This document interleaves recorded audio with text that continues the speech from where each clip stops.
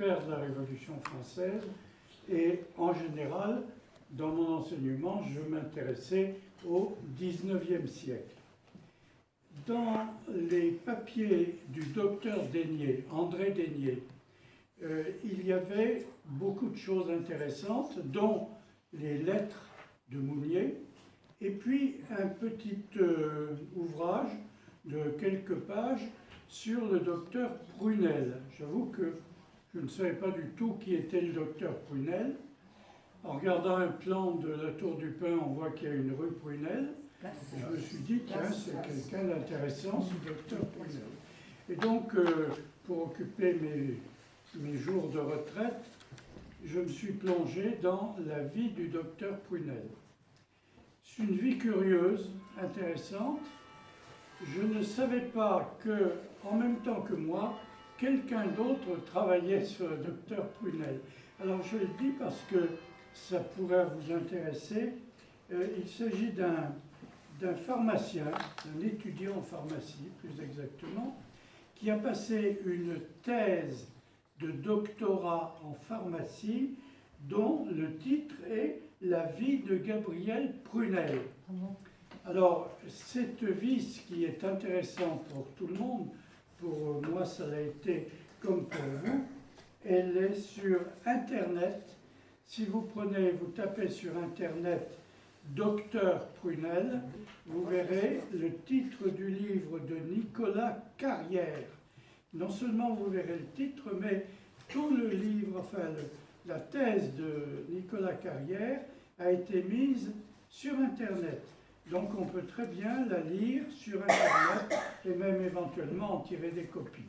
Et je vous conseille de le faire parce que si je parle de la même chose que lui ou lui de la même chose que moi, c'est quelquefois un petit peu différent. Ça va pour le son? Très bien. Bon, très bien. Cela dit, je voudrais encore parler d'une petite chose qui me tient à cœur. Si j'ai pu faire ce travail, c'est qu'il y avait la possibilité de l'éditer. C'est un gros problème quand on écrit de se faire éditer. Et l'éditeur est proche d'ici, c'est un éditeur tout à fait local, si l'on veut, qui a monté les éditions entre-temps. Et j'aurais voulu vous présenter à peu près ce qu'il fait, non seulement autour de Prunelle, mais surtout autour de sites de la région, de personnages de la région. Mais je crois que plus tard, on pourra y venir. Alors, arrivons à Prunelle. Alors, Prunelle, c'est un dauphinois, c'est un turipinois. Plus exactement, la famille Prunelle existe ou est notoire depuis le XVIe siècle à la Tour du Pin, depuis un géant, Jean Prunelle, qui était notaire royal. Notaire royal, c'est une bonne gâche, ça rapporte bien, c'est une fonction qui est très recherchée et ça marchait très bien jusqu'au moment où les gens de la Tour du Pin se sont dit « mais ce notaire royal, il est très bon, et s'il devenait notre consul ?» Le consul de l'époque, puisqu'il n'y avait pas encore de maire, c'était à peu près l'équivalent du maire et du sous-préfet dans la région. Mais il n'est pas payé. Alors, Jean Prunelle dit « non, non, moi je ne peux pas, je suis malade, je ne suis pas très bien, je ne peux pas assurer les fonctions de consul, mais je reste notaire royal. » Alors la population s'est révoltée en disant « mais si, vous allez devenir notre consul !» Ça a duré à peu près 1 an et il a fini par céder parce que, évidemment, pour lui, c'était une énorme perte de ne plus avoir la fonction de notaire royal alors que les consuls n'étaient pas payés, comme tous les officiers municipaux par la suite. Donc c'est le premier qui s'est fait réellement connaître. Mais ça veut dire en tout cas qu'il était quelqu'un de très connu, que c'était un personnage important de la bourgeoisie locale, et tous les Prunelles qui se sont trouvés après lui, ses descendants, étaient soit notaires eux-mêmes, soit médecins, soit entrés dans les ordres, Enfin, c'était la bourgeoisie de la Tour du Pin. Jusqu'à ce qui est le père de notre Gabriel Prunel, qui lui a été baptisé par le comte de la Tour du Pin, Victor de Musy, en 1777. Alors, 1777, c'est une date importante parce qu'on n'est pas très loin de la Révolution, et le petit Gabriel, qui naît à ce moment-là, va se trouver très vite à l'école. On le mettait à l'école au collège de Vienne, collège naturellement religieux de Vienne. 1777, 1789, vous voyez la distance, le gamin se trouve à un moment donné, à l'âge de 12 ans, au collège de Vienne, qui va encore se prolonger dans les débuts de la Révolution, mais qui va disparaître au moment de la Terreur, au moment de, en 1792-93. Et donc le jeune Victor, le jeune Gabriel, ne pouvant plus aller au collège de Vienne, fermé, va devenir autodidacte. Alors c'est assez extraordinaire parce qu'il devient autodidacte et tout seul il apprend l'anglais, l'allemand, l'espagnol, les mathématiques, la botanique, les sciences. Enfin c'est une espèce de petit génie universel extrêmement doué et qui va rester jusqu'en 1795 avec son père dans le domaine agricole de Vion que possède son père. Alors, je crois que Vion, vous devez connaître ça, mieux que moi d'ailleurs, parce que moi je ne le connais pas. J'ai vu de dehors à quoi ressemblait le domaine de Vion. C'était une immense propriété, une propriété qui rapportait bien, qui appartenait donc au père de Gabriel Prunel, et qui avait 7 hectares de terre labourable, ce qui est énorme, une maison de maître importante, une maison de ferme et tous les instruments qui allaient avec. Et par exemple, ce qui n'existait guère ailleurs, une machine à battre. Donc une exploitation moderne, très rentable, qui était la propriété du père de notre Gabriel Prunel. Alors, Gabriel s'occupait à 13 ans, 14 ans, 15 ans, ne savant pas quoi faire d'autre qu'apprendre le grec et le latin, il lisait Homère dans le texte à 15 ans. Quand même, c'est extraordinaire. Alors, il s'occupait aussi de la propriété. Et à l'époque, c'était les physiocrates qui représentaient la modernité de la propriété. Les physiocrates qui disaient que la richesse d'un pays devait être établie sur la terre. Donc c'est très intéressant. Alors voilà, ce jeune Gabriel, il a 15 ans, il va avoir 16 ans, il connaît 2 langues anciennes très bien, 3 langues modernes assez bien, et il se trouve que son père décide, comme il était médecin, de lui faire apprendre à lui aussi la médecine. Alors où apprenait-on la médecine? Dans la région, il n'y avait pas grand-chose. Il n'y avait pas d'université, ni à Grenoble, ni ailleurs. La plus proche était Montpellier. Montpellier n'avait pas de faculté de médecine, mais Montpellier avait une école de santé, école militaire de santé. Donc à l'âge de 16 ans, Gabriel est inscrit à l'école de santé militaire de Montpellier. Et là, il est pris sous l'aile de 2 grands professeurs, l'un qui s'appelle Dumas, qui est très célèbre à l'époque, un professeur qui enseigne différentes matières, et surtout de Chaptal.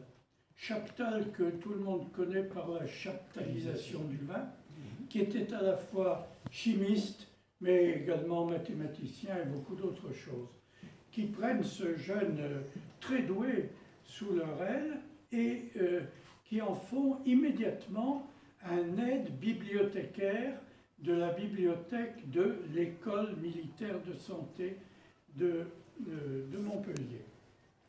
Alors, évidemment, le jeune Gabriel, il aime beaucoup les livres. il aime l'étude, il aime tout cela, peut-être un peu moins la médecine. Enfin, d'une façon générale, quand même, il s'intéresse à cela et vaille que vaille, de 95-96, quand l'école de santé marche, il se trouve sortir comme officier de santé, pas médecin, officier de santé en 98. Mais ça n'intéresse pas beaucoup. Et il reste plutôt à la bibliothèque de Montpellier et immédiatement, les professeurs qu'il dirige l'envoient sur la bibliothèque qui sera la Bibliothèque nationale à Paris. Et voilà ce jeune garçon qui a 18 ans, qui est officier de santé. Il ne sait pas grand-chose, il a fait 2 ans et demi de médecine à peu près. Il va se retrouver à Paris, au milieu des cercles littéraires de Paris, à la bibliothèque. Il va s'intéresser à la philosophie, il va s'intéresser à l'histoire ancienne. Et si bien que, au moment où quand même la médecine va le rattraper, il restera toujours attaché à ses premières études littéraires. Donc c'est un médecin, ça sera un médecin littéraire. On est en 98, il est à Paris, et il est rattrapé, malheureusement, par la guerre.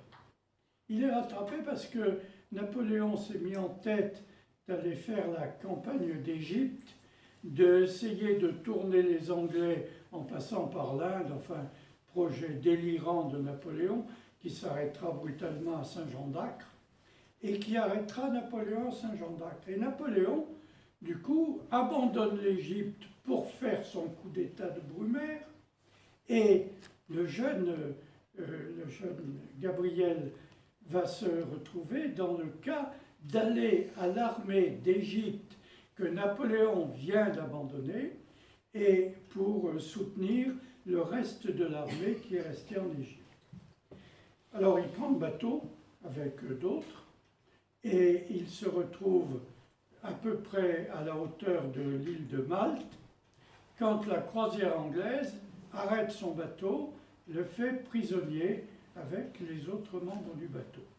Alors voilà, on est en fin 99, il est prisonnier des Anglais sur un bateau comme officier de santé. Que fait-il? Eh bien, il s'évade.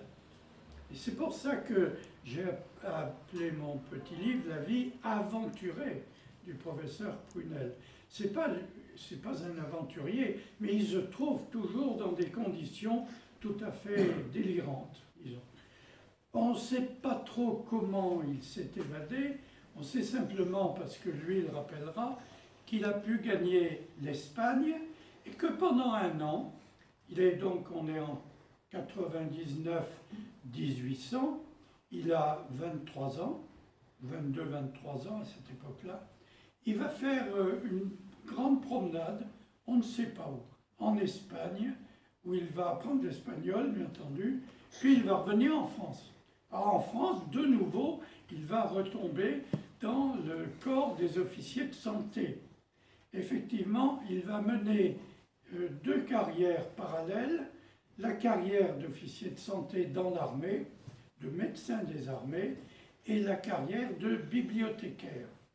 Et comme il est le petit chouchou de Chaptal, que Chaptal, entre-temps, est devenu ministre de l'Intérieur de Napoléon, Gabriel Prunel se retrouve bombardé, inspecteur des bibliothèques, et avec la tâche très intéressante de récupérer tous les livres que les différents administrateurs ont gardés, ont pris dans les couvents, par exemple, au moment de la Révolution, à partir de la Terreur, et donc de rassembler tous ces livres, de les retrouver.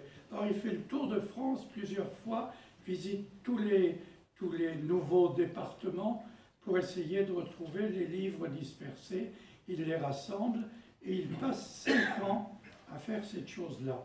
Et donc complètement en dehors de l'armée. Pas tout à fait, parce qu'entre-temps, il est obligé de faire son service dans l'armée. Et par exemple, on va le trouver sur le champ de bataille d'Austerlitz. Alors, Un petit mot sur les officiers de santé dans l'armée. Un officier de santé dans l'armée, c'est un médecin. Mais médecin avec quelles possibilités? D'abord, ils ne sont pas chirurgiens. Ceux qui sont toujours à la tâche sont les chirurgiens à cause des batailles. Les jambes à couper, les bras à couper, etc. Et l'officier de santé, lui, en général, donne des médicaments quand les gens ont mal au ventre. C'est à peu près ce qui se passe pour Prunel. Ce n'est pas une tâche bien exaltante et on comprend qu'il préfère de beaucoup son travail dans les bibliothèques et son travail qui va devenir d'ailleurs progressivement un travail d'écriture. Parce qu'il va se mettre à écrire, puisque à partir de 1805, il est reversé dans ce qui n'est pas encore l'université, mais enfin à l'école de santé de Montpellier, qui devient providentiellement école de médecine. Donc on dirait maintenant faculté de médecine.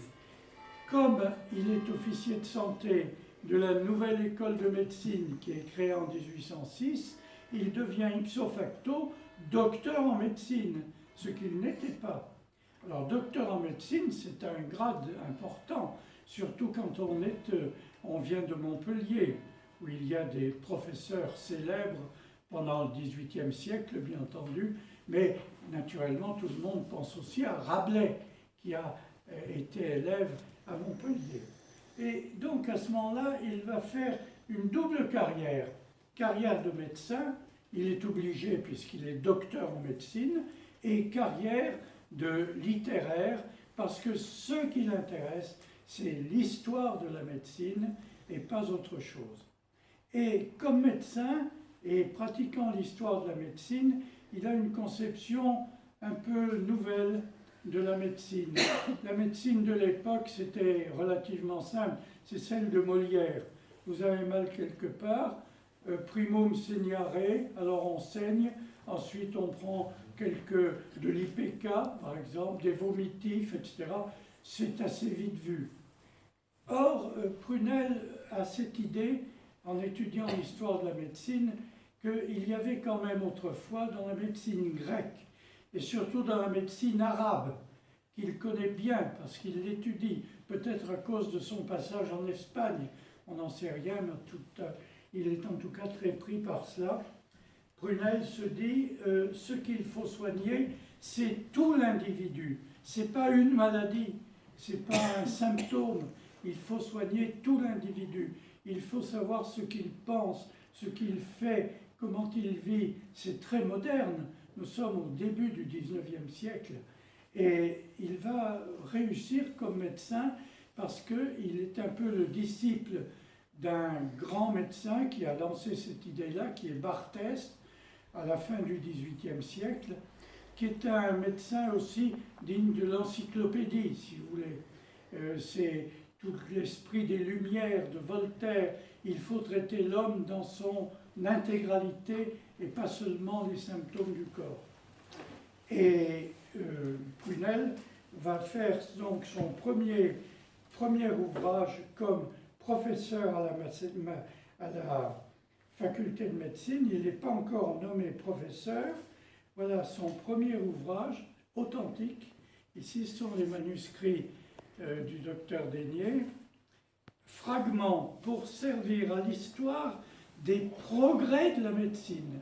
Donc on voit tout de suite qu'il se signale comme un progressiste dans l'université de Montpellier par CFVG, Victor Gabriel Prunel, entre parenthèses, de l'Isère, très intéressant aussi, cette accroche à sa terre natale, bibliothécaire adjoint de l'école de médecine de Montpellier. Il ne dit pas encore qu'il est professeur de médecine, il va le devenir un peu plus tard. Et dans ce petit livre de 1806, il dit des choses très intéressantes en parlant de Rabelais. Et on voit très bien comment il se dirige. Sans doute, l'auteur d'un ouvrage semblable ne manquerait pas d'établir des rapports nombreux qui lient Rabelais et Voltaire. Donc vous voyez, il prend position voltairien à cette époque-là. Ce génie extraordinaire se sont en effet tous les deux occupés de l'instruction du peuple. Nouvelle idée qui est intéressante chez lui, il ne faut pas se parler simplement du corps, il faut parler du reste et surtout de l'instruction. De l'instruction, tous les deux, ils ont employé les mêmes armes pour livrer à la superstition et au despotisme une guerre terrible. Si leurs succès n'ont pas été les mêmes, n'en accusons que la différence des temps où ils ont vécu. Voltaire a été plus loin que Rabelais. Ses livres philosophiques seront, je l'espère, encore longtemps le charme de tous les bons esprits. Et les ouvrages du médecin de Montpellier sont peut-être au moment d'être oubliés pour toujours, mais ils ont frayé la route. La gloire de Colombo, qui le premier soupçonna et découvrit des régions nouvelles, en est-elle moins grande parce que, depuis lui, Magellan, Bougainville et Cook ont fait le tour du monde. C'est très étrange ce discours qu'il fait en 1806. Il ne le fait pas sur la médecine, il fait sur les progrès de l'esprit humain et il se place immédiatement. Il a à l'époque à peine la trentaine, pas tout à fait, il a 29 ans, il se place parmi les progressistes. Et ça va être intéressant parce que en politique, ça va retentir très profondément. Je regarde là, je suis toujours trop bavard. Tout petit moment. Alors donc, il devient professeur de médecine. Professeur de médecine, on est sous Napoléon.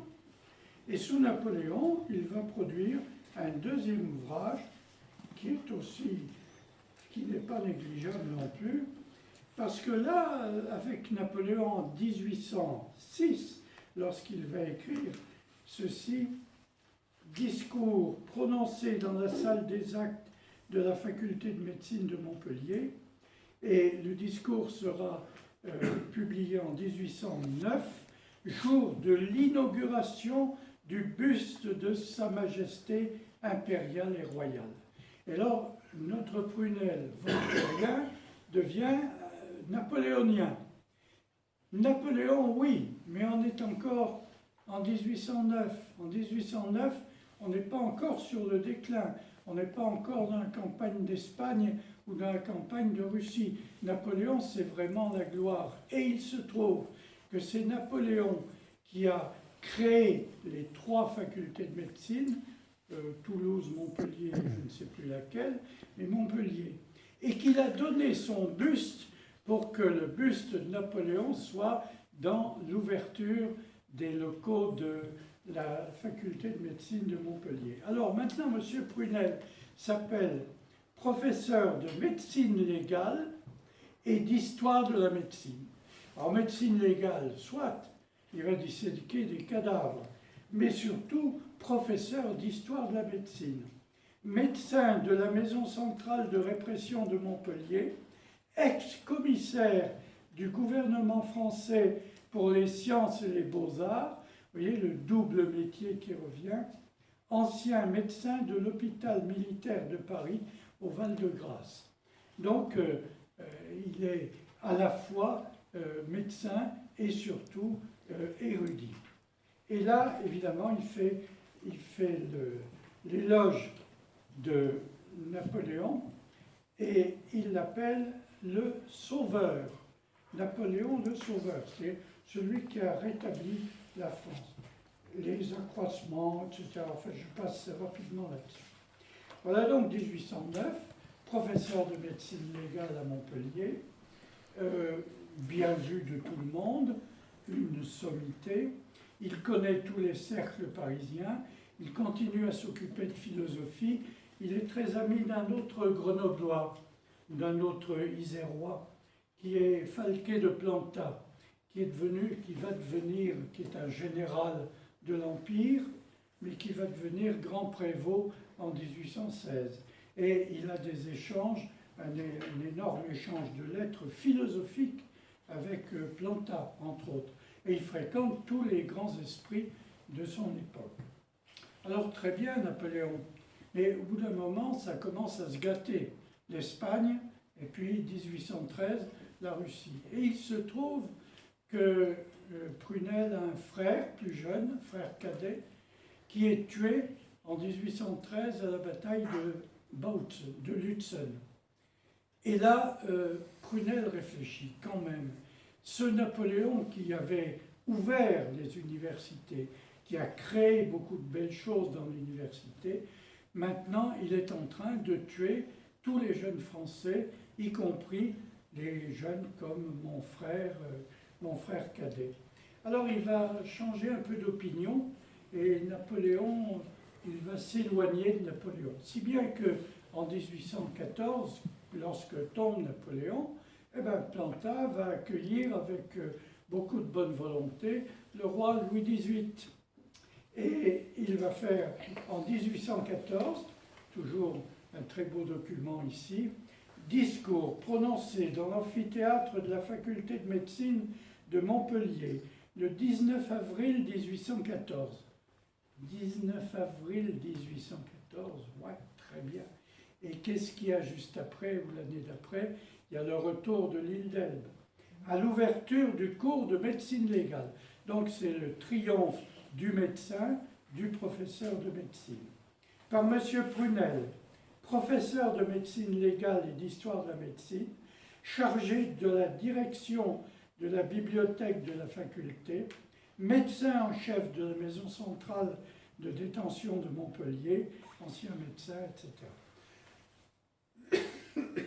Et là, il commence à changer d'opinion puisque Napoléon n'est plus là.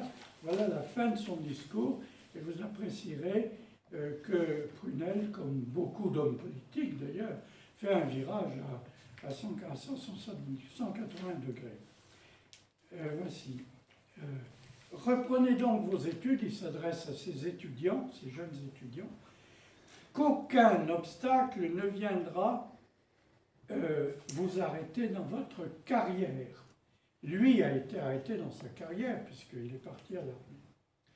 Reprenez donc vos études avec une ardeur toute nouvelle, vos nombreux condisciples que les fureurs de la guerre ont dispersés, ça c'est autant pour Napoléon évidemment, viendront sous peu ranimer votre émulation et la nôtre en repeuplant ces enceintes maintenant presque désertes.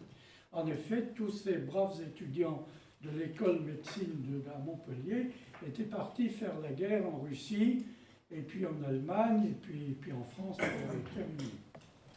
Rassurés désormais sur votre sort et sur leur existence propre, vos maîtres n'auront plus d'autre soin que ceux de vous préparer des succès. Les entraves qui étaient mises à leurs travaux vont disparaître avec la tyrannie. Et il va fort. Après avoir encensé Napoléon 4 ans auparavant, la tyrannie qui les enfanta. Et nous verrons enfin changer l'esprit d'une institution qui, créée en apparence pour le développement du savoir, a été réellement organisée de manière à étouffer toute solide instruction. C'est difficile de faire un plaidoyer contre Napoléon plus violent que le fait Prunelle à ce moment-là. Et il termine, « Si vers la fin de votre carrière, nous n'avons pas cessé de pleurer nos amis et nos frères, égorgés dans la fleur de leur âge, autant pour Napoléon, nous aurons du moins conservé nos enfants et nous pourrons leur dire, et alors là il termine, notre jeunesse s'était écoulée dans les larmes et dans les tourments, les petits-fils du grand Henri, c'est-à-dire Louis XVIII et puis le futur Charles X, revinrent au milieu de nous, nous fûmes errés, heureux de voir recommencer leur règne. Puissiez-vous ne le voir finir jamais. » Alors, on dira, bon, c'est un opportuniste. Opportuniste, oui, mais tous les hommes de cette époque l'ont été plus ou moins, y compris les maréchaux de France, qui ont tourné Casaque en 1814. N'oublions pas, à quelques exceptions près, comme le maréchal Ney, qu'il a payé de sa vie. Alors donc, Napoléon revient ensuite pour de l'île d'Elbe, et Prunelle se précipite à Paris. Il n'est pas d'accord avec Napoléon. Et il prend à partie Benjamin Constant, qui fait la nouvelle constitution de Napoléon. Napoléon lui dit je serai libéral, je serai libéral. Pas du tout. Prunelle n'y croit pas, refuse de devenir à ce moment-là député. On lui offre de devenir député et il s'engage dans la garde. Il va faire le coup de feu ou essayer de faire le coup de feu pour contenir les Autrichiens en Savoie, du côté des grottes des Échelles. Ça ne marche pas, il rentre ensuite à Montpellier, et alors là, il y a quelque chose de bizarre, parce que lui qui vient de détester Napoléon, il a quand même la réputation de quelqu'un qui fait partie des admirateurs de Napoléon, si bien qu'il est sur le point d'être écharpé par les royalistes. Alors, au début, le rétablissement du roi, ça va très bien, mais très vite, ça se gâte parce que ça devient despotique. Et il va suivre une voie qui sera une voie libérale à partir du moment où Louis XVIII devient roi. Alors, tradition libérale, très bien. Entre 1814 et 1819, il est professeur à Montpellier. Et là, il se trouve en butte au préfet de la région, Creuset de Lesserre, qui se pique de littérature, qui a publié une pièce de théâtre, Le Seigneur du village, qui est nulle, qui est vraiment très mauvaise. Et Creuset de Lesserre est en même temps un royaliste patenté qui a un petit peu suivi la Terreur blanche aussi, enfin. Donc, naturellement, Prunelle ne l'aime pas du tout. Et Prunelle, dans son cours d'histoire de la médecine, fait toujours des allusions à ces gens, à ces royalistes, à ces ultra-royalistes qui ont fait la Terreur blanche. Si bien qu'il est signalé au préfet qu'il y a une histoire, et Creuset de Lesserre, qui fait représenter sa pièce au théâtre, est sifflé. Il se trouve que les gens qui sifflent, ce sont des étudiants en médecine, et que ce sont précisément les étudiants de Prunelle. Alors, qu'est-ce qui se passe? Eh bien, Prunelle est destitué. On lui supprime sa chaire, et on lui dit, monsieur, allez voir ailleurs, vous n'êtes plus professeur à la faculté de médecine de Montpellier. 1819. Alors, que fait-il? Il va s'installer, il va voyager un petit peu. Il s'en va en Angleterre, il s'en va en Allemagne, il fait le tour de ses connaissances, puis il revient à Lyon, et là, il ouvre un cabinet médical à Lyon, qui a beaucoup de pratique, parce que justement, il est un homme qui prend la maladie pour son ensemble. Il reçoit entre autres la visite de Chateaubriand. Madame de Chateaubriand est malade. Qui vient-il voir en passant à Lyon? Il vient voir Gabriel Prunelle, qui est un homme qui a une forte réputation. Donc 1819, et il est à Lyon. Arrive la révolution de 1830. Or, entre-temps, Prunelle a vraiment viré de bord, si je puis dire. Il est devenu libéral, profondément libéral. Il était déjà voltairien. Et il se dit que la société telle qu'elle est sous Charles X n'est pas bonne.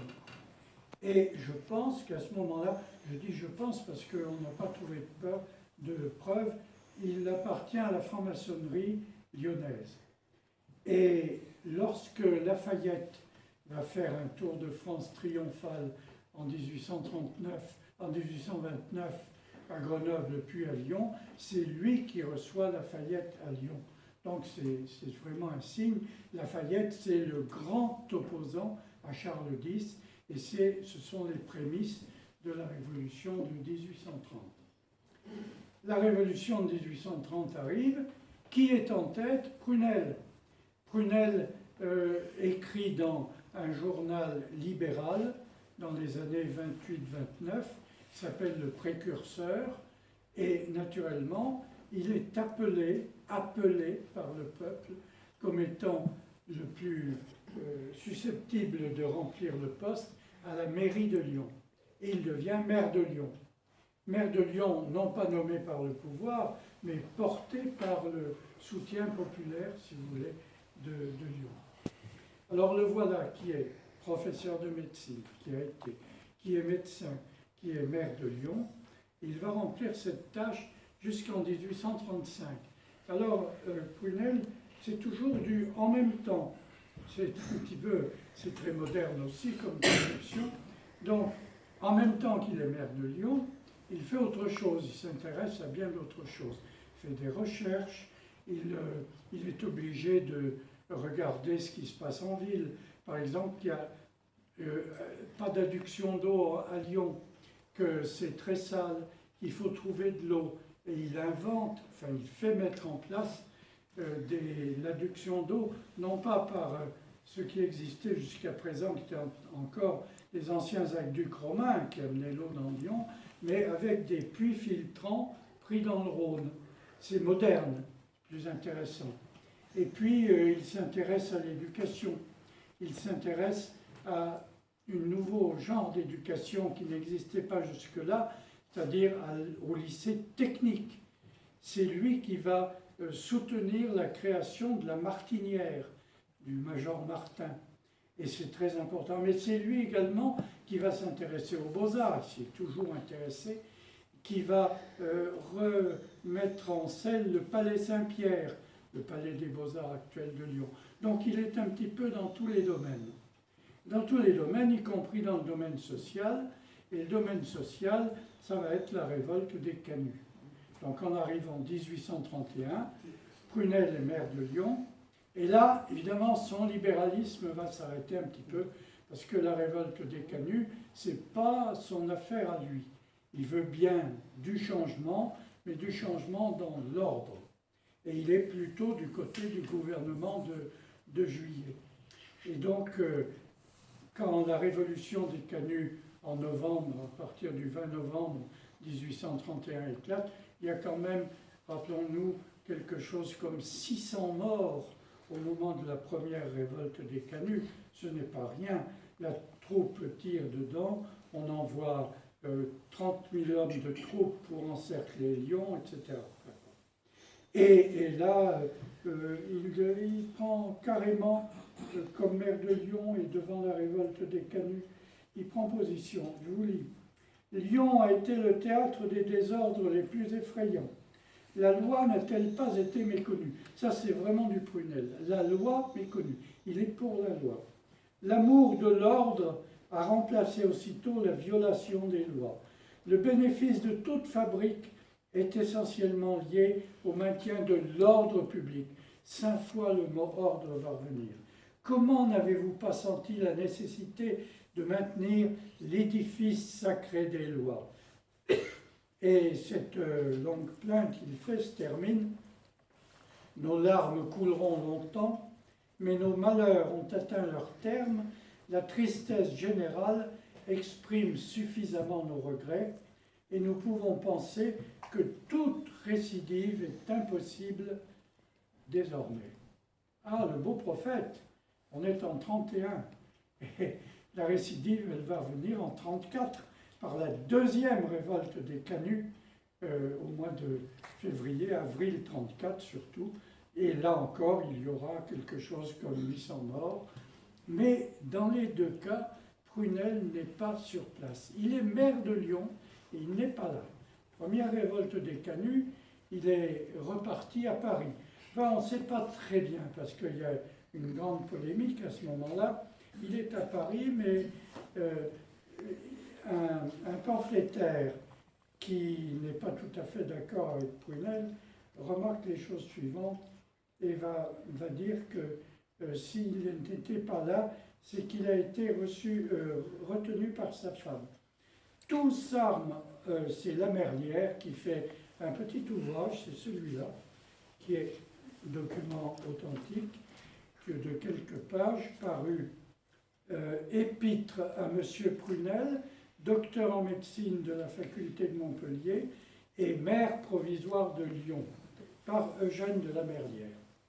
Alors Eugène de Lamerlière dit « Tout s'arma », donc au moment de la Révolution de Juillet, mais au rang de nos bouillants soldats, quand chacun paraissait, toi seul ne parus pas. Le maire est absent au moment de la révolte des Canuts. Ton épouse, dit-on, connaissant ta vaillance, tomba malade exprès dans cette circonstance, et tu sus préférer, grâce à ton saint lien, les devoirs du docteur à ceux du citoyen. Tu dis, je dois à tous un utile soutien, celui qui pense mal souvent paye assez bien. Ainsi, tout calculé, mon intérêt l'ordonne, pour contenter chacun, ne déplaçons personne. C'est-à-dire qu'il ne touche à rien dans l'ordonnance de la municipalité de Lyon. Alors c'est peut-être un peu cruel, mais c'est la réalité. Et en 1834, c'est la même chose. Il n'est pas là non plus, il est à Paris, mais il a une bonne excuse, c'est qu'entre-temps, il est devenu député de l'Isère. Alors, médecin, maire de Lyon, député de l'Isère, il cumule évidemment les emplois, sauf celui d'agriculteur qui va revenir un peu plus tard. Quand même, l'histoire des Canuts, ça l'a beaucoup gêné, et en 1833, il a l'occasion de devenir inspecteur des eaux de Vichy. Il a une place qui est libre, et il dit, je la prends. Et comme c'est un homme très connu dans les milieux parisiens, il obtient la place d'inspecteur des eaux de Vichy, et il part à Vichy opportunément, puisqu'il reste maire de Lyon, il reste médecin, il est directeur des eaux de Vichy, il va cumuler tout cela et en même temps faire de la recherche historique. Toujours est-il qu'il part à Vichy quelque temps, tout en restant maire de Lyon, et en 1835, il s'installe finalement à Vichy parce qu'il y a un gros problème qui se pose, c'est que les eaux de Vichy sont affermées à deux gangsters du coin, qui sont l'un qui est un notaire et l'autre qui est un exploitant de carrière de lave, et qui mettent en coupe réglée les eaux de Vichy. Les eaux de Vichy, qui passent pour des eaux de Vichy, en fait, ils mettent de l'eau courante dedans, et ils fabriquent des pastilles Vichy avec du bicarbonate de soude qui arrive de Marseille directement. Alors donc Prunel n'est pas content, et comme lui doit coiffer toute l'affaire des eaux de Vichy, il n'est pas content, il le demande que la mise des eaux de Vichy soit faite en régie directe par le directeur des eaux. Alors il y a une bataille, je passe sur les détails, qui va durer jusqu'en 1848. Pendant 15 ans, Prunel va se battre à Vichy contre les concessionnaires, les frères Bosson, qui sont des truands notoires, et qui en arrivent à percer des puits alors qu'ils n'ont pas la permission de le faire, des puits qui vont jaillir à 3 mètres de haut, dit la chronique, alors que les eaux de Vichy pures, qui sont celles de l'État, n'existent plus puisqu'elles sont absorbées par les puits des Bossons. Alors il y a une grande bataille. Il va se battre encore pratiquement jusqu'à sa mort. Avant sa mort quand même, et là je vais m'arrêter là, on arrive en 1848, eh ben, il va devenir maire de Vichy. Il est libéral, après tout, il est soutenu, il a un très bon ami qui fait partie du gouvernement provisoire aussi à Lamartine, c'est Arago, et il est maire de Vichy. Alors maire de Vichy, c'est très bien, pour le moment ça passe. Il y a des élections. Malheureusement, les élections lui donnent une très courte majorité. Alors, nouvelles élections en 1852, il perd la majorité, mais il se trouve que en 1852, les maires ne sont pas élus par le conseil municipal, mais nommés par l'État. Si bien qu'en 1852, il est maire de Vichy, tout seul, avec 11 conseillers municipaux, qui sont tous dans l'opposition. Et il continue, il reste en place, et lorsque Napoléon devient empereur, il reste encore en place comme maire de Vichy. On est en 1853, il meurt en août 53. Voilà, je m'arrête, j'ai été un peu long peut-être. Si vous avez des questions, plus d'habitude.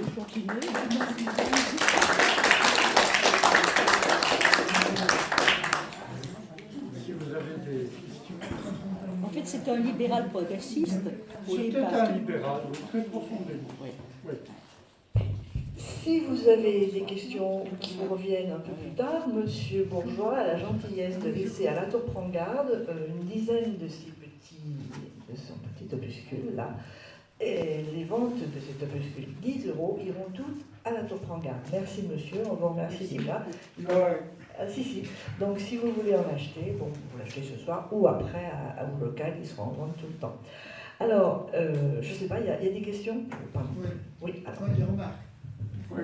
Vous avez vu le Vion, vous êtes allé à la propriété de Brunel. Ben, oui, je l'ai vu de l'extérieur. Alors, il y a une chose importante, c'est qu'il a exploité sans autorisation la lignite. Ah oui. Et à l'entrée de Ça m'étonne pas de lui. la grande allée du Vion, Oui. à droite, il y a une mare. On a boisé parce qu'il y a des malades, mais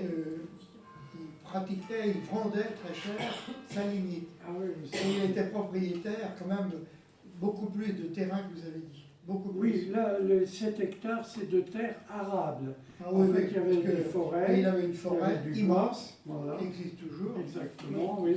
Et on a un document dans les papiers du docteur Daigné. Il y avait un document où il recensait ce que lui coûtait le Vion et ce qu'il payait. Il donnait un fermage de 8000 francs par an aux fermiers. Et il dit lui-même que le Vion lui rapportait à peu près dans les 24 000 francs. Donc c'était quand même assez intéressant comme propriété aussi.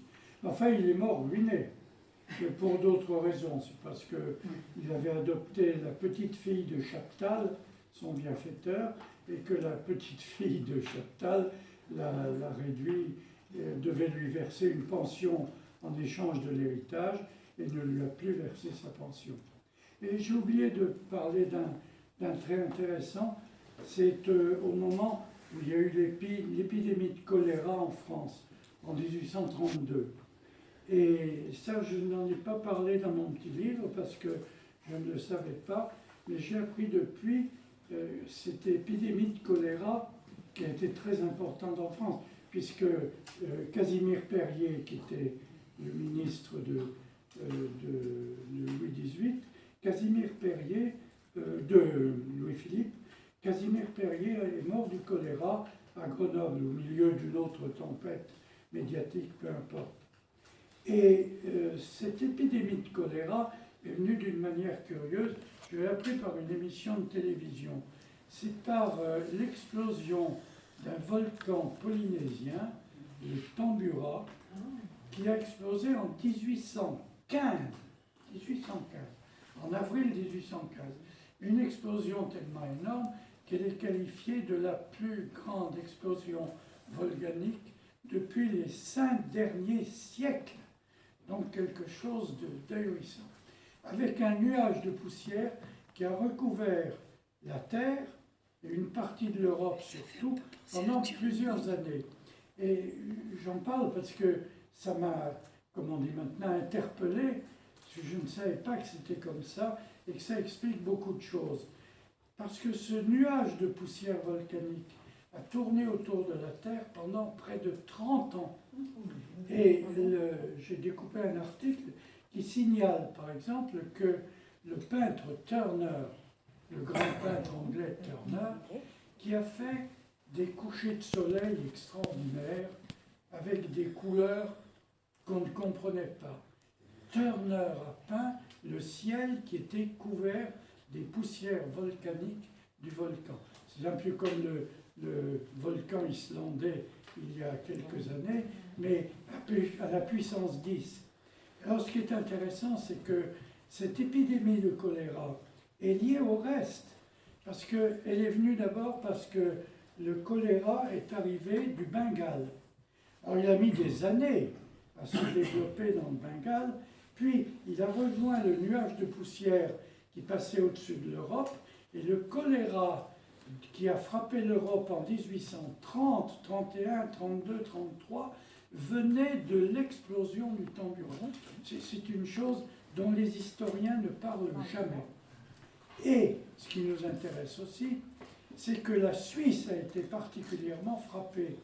que la Suisse a été couverte d'un nuage noir et le sud de l'Allemagne, ce qui a précipité l'émigration des Allemands et des Suisses vers les États-Unis. Puis après, ça s'est déplacé en Irlande. Ça a déterminé l'émigration des Irlandais. Et c'est arrivé jusqu'aux États-Unis. Les Suisses, les Allemands avaient émigré aux États-Unis, évidemment à l'est des États-Unis. Le nuage a rejoint l'est des États-Unis et maintenant nous savons qu'une partie de la conquête de l'ouest américain est venue du fait que les colons qui s'étaient établis à l'est et qui avaient de nouveau ce nuage noir au-dessus de la tête sont partis vers l'ouest un peu plus loin. Donc pendant au moins une trentaine d'années, l'explosion du tambura a conditionné en partie la politique de la France. En tout cas, d'une façon certaine. J'ai fait autrefois un petit bouquin sur la salette et sur les prédictions de la salette.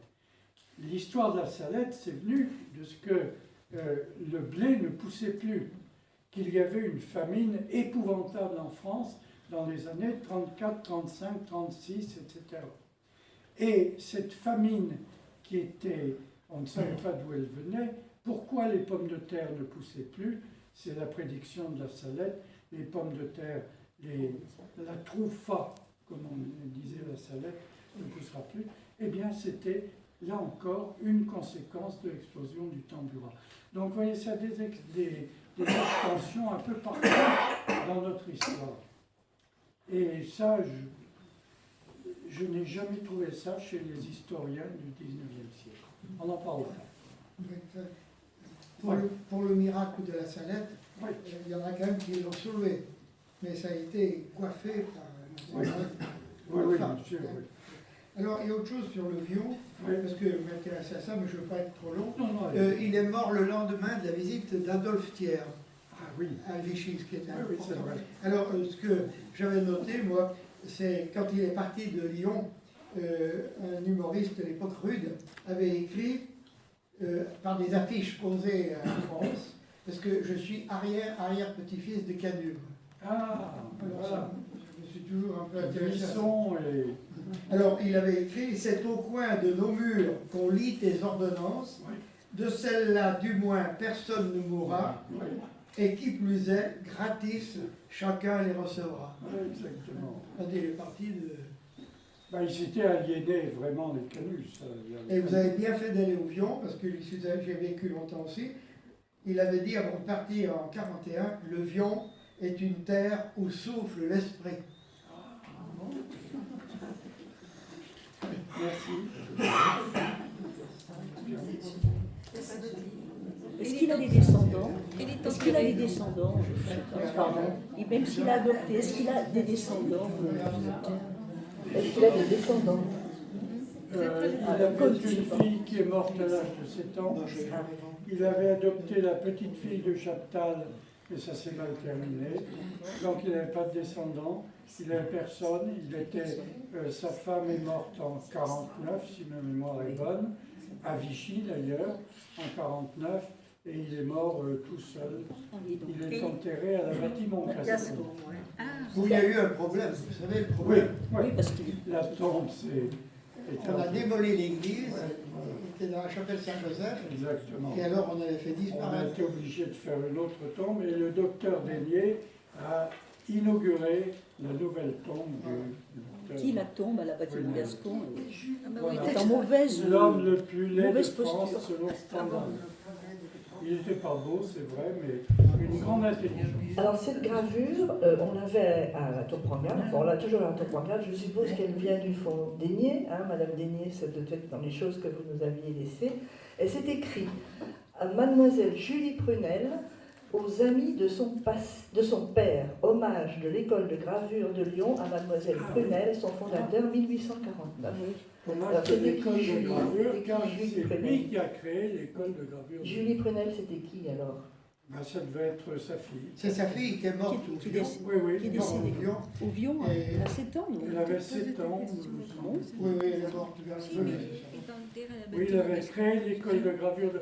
Alors c'est amusant parce que l'école de gravure de Lyon a été créée assez tard, vers 47 ou 48, 49. et alors 49, alors que Prunel n'était plus maire de Lyon depuis 20 ans. Mais il était resté en même temps conseiller municipal à Lyon. Il suivait les affaires. Il a fait un grand rapport qui est dans les papiers que j'ai sur l'adduction d'eau à Lyon. Alors vous voyez, il faisait tout à la fois finalement. Il écrit très bien. Ses livres se lisent parfaitement bien. Et il a introduit en France les vaches anglaises des Durand.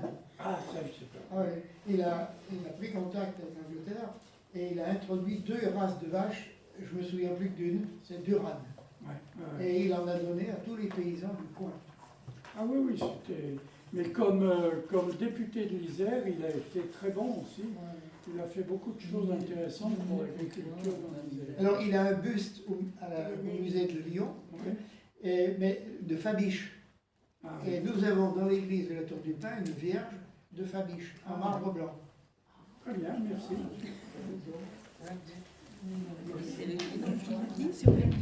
Alors je vous avais dit de ne pas partir tout de suite parce que